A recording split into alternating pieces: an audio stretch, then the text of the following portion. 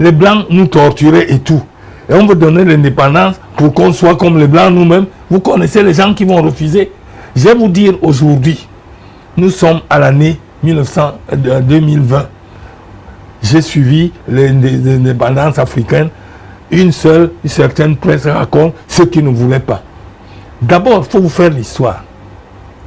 Quand, après la guerre de 46-45, la Deuxième Guerre mondiale, l'Union soviétique n'a pas de terre de possession en Afrique. L'Occident seul a des possessions en Afrique. Et l'Union soviétique a un régime communiste chez eux. Donc ils cherchent aussi des positions en Afrique puisqu'on sait que c'est riche. Alors, qu'est-ce qu'ils font? C'est là que les gens ne comprennent pas. Ils ne savent pas. L'Union soviétique commence à créer dans les pays occidentaux les partis communistes. Occidentaux. Dans les pays, c'est-à-dire la France, oui, l'Allemagne, oui, la Grande-Bretagne. Partis communistes. Ils créent des partis communistes. Donc, ils prennent leurs idées. Comme eux, ils n'ont pas de position en Afrique, il faut toujours dire que l'Occident fait les mauvaises choses en Afrique parce qu'ils veulent venir. Ils créent donc ces partis communistes. Ils recrutent des gens qui sont communistes. Donc, ils doivent véhiculer leurs idées. Et comme par hasard, la plupart des Français qui venaient en Afrique, qu'on envoyait en Afrique, c'était des gens contestataires, ou certains qui n'étaient pas, donc, qui devaient véhiculer les idées des communistes. La preuve, le monsieur qui a fait tout le travail, premier travail politique au Cameroun, Gaston Dona, était communiste. Sa femme Liberté était communiste. Donc, il est contre le régime qui tient le régime français au Cameroun. Et l'autre jour, au Mali, M. Seydou Badian Kouyaté a dit que la même chose était là-bas. Il appelait les communistes perdus dans le désert. C'est eux qui étaient là-bas.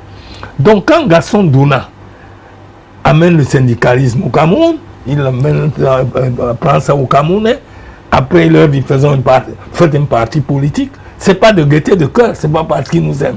C'est d'abord parce qu'il veut véhiculer les idées communistes de l'Union soviétique. Première chose.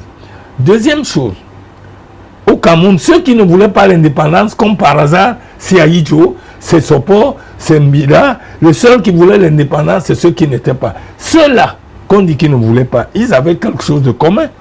Aïdjo était conseiller de l'Union française, Sopo conseiller de l'Union française, Kemayou conseiller de l'Union française, Montepol conseiller de l'Union française, Njoya Aruna sénateur, Okala sénateur, Douala Mangabel député, après Mbida député.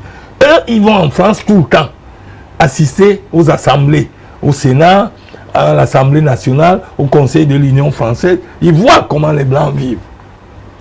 Ils voient notre niveau de développement au Cameroun.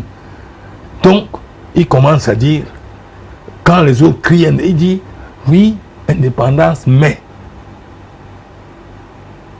Et pourtant, si l'indépendance était arrivée à ce temps-là, c'est ces gens-là qui devaient l'avoir, puisqu'ils étaient les mieux placés. Pourquoi voulez-vous qu'ils refusent l'indépendance? Qui va les arranger? Et parce qu'ils étaient déjà en France, ils se nourrissaient, enfants, ils travaillaient, ils avaient des salaires, ils avaient les privilèges. Non, même si on devenait indépendant et que c'est eux qui sont devant, ils auraient toujours les privilèges. Ils auraient encore plus de privilèges au Cameroun, parce qu'en France, quand ils y allaient, ils sont à l'Assemblée, mais ils ne sont pas présidents de la République. Alors que c'est eux qui étaient les mieux placés. Donc voilà, on vous dit, ceux-là ne voulaient pas l'indépendance.